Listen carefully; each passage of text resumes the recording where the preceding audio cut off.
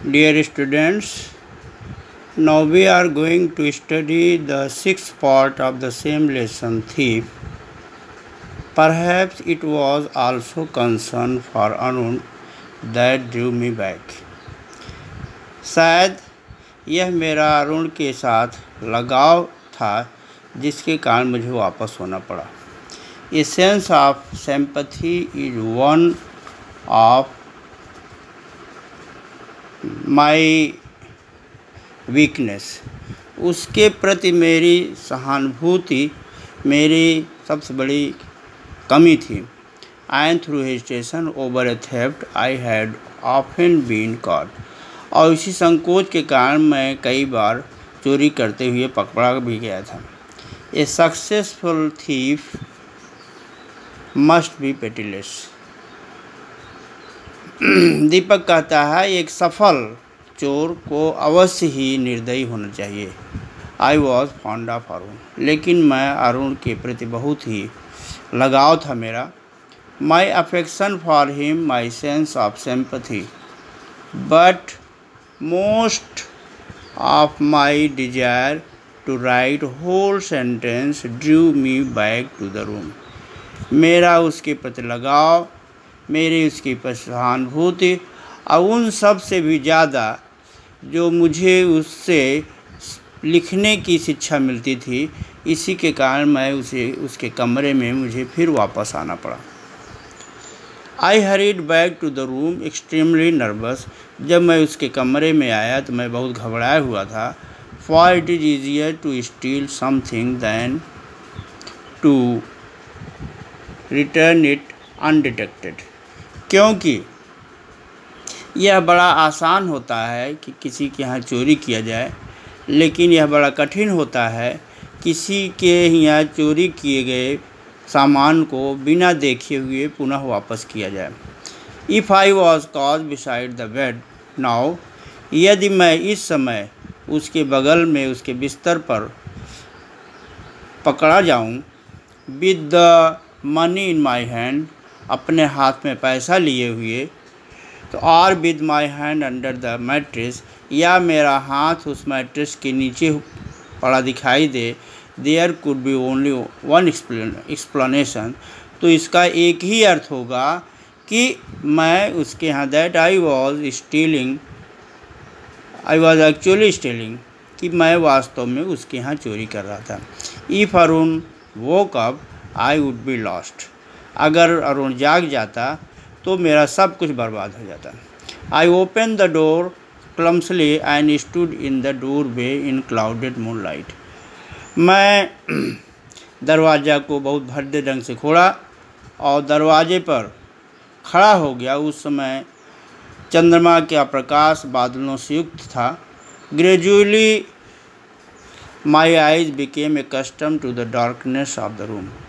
धीमे धीमे मेरी आंखें जो है उस अंधेरे कमरे की ओर जा रही थी, क्योंकि Arun was still asleep. Arun अब भी सो रहा था.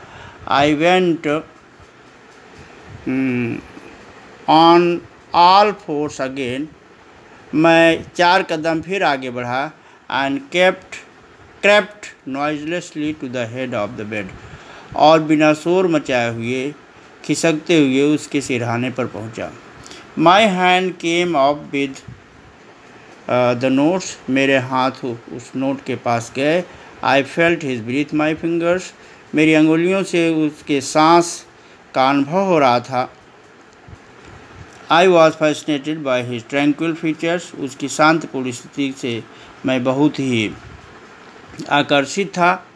एंड ईजी ब्रीथिंग, और उस बहुत आराम से सांस ले रहा था. And remain motionless for a minute. मैं 1 मिनट तो एकदम से गतिहीन हो गया.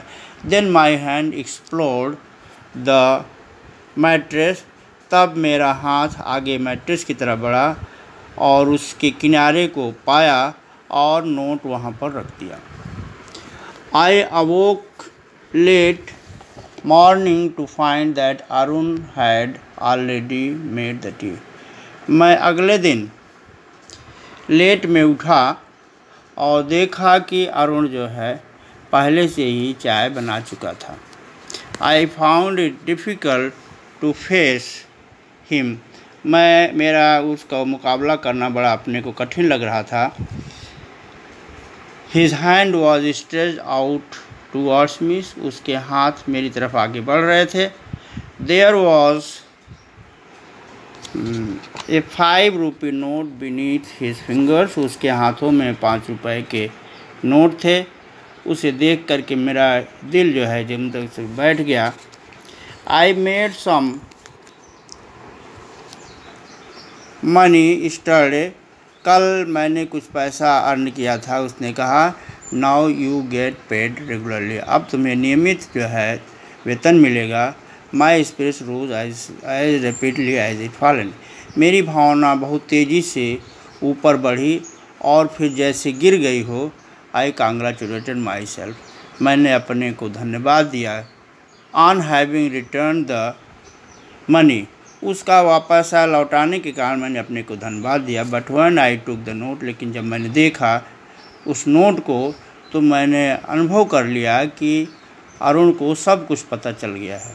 The note was still wet from the last night's rain. क्योंकि नोट अभी भी पिछली रात वाली वर्षा से भीगा हुआ था। Today I will teach you right a little more than your name, he said. Arun ने कहा कि आज मैं तुमको तुम्हारा नाम लिखने के अलावा और भी आगे चीज़ पढ़ाऊँगा। He knew but neither his lips nor his eyes said anything. वह सब कुछ जानता था लेकिन ना तो उसका होठ और ना तो उसकी आँखें ही इन सब के बारे में बयान कर रही थी।